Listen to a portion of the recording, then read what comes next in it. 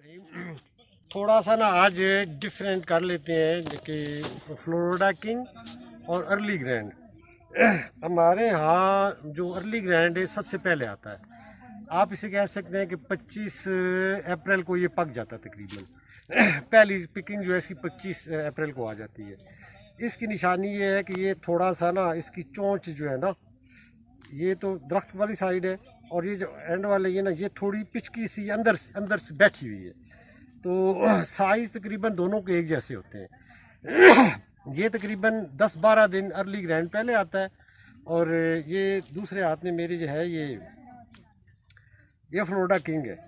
इसकी ये जो है ना, ये साइड, ये तोते की वो जो होती है ना चोंच, जिस तरह बाहर निकली होती है, इसकी थोड़ी सी चोंच बाहर होगी।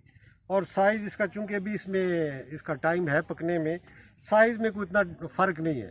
थोड़ा नाम जो है वो फ्लोरिडा किंग जो है ना बारोब सा है, अर्ली ग्रैंड जो इतना वो बारोब नाम नहीं है।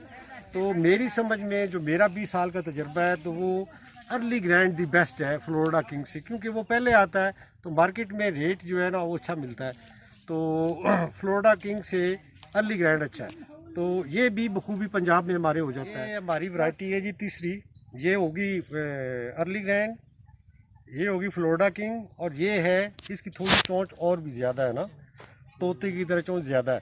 ये है A69, ये थोड़ी 20 दिन बाद की पकने वाली है और बहुत अच्छी और बहुत टेस्टी वैरायटी है ये। और ये भी हमारे पंजाब में पॉसिबल हो सकती है। लेट है पर अच्छी है, साइज़ में भी अच्छी है इन दोनों से, और टेस्ट में बहुत अच्छा है।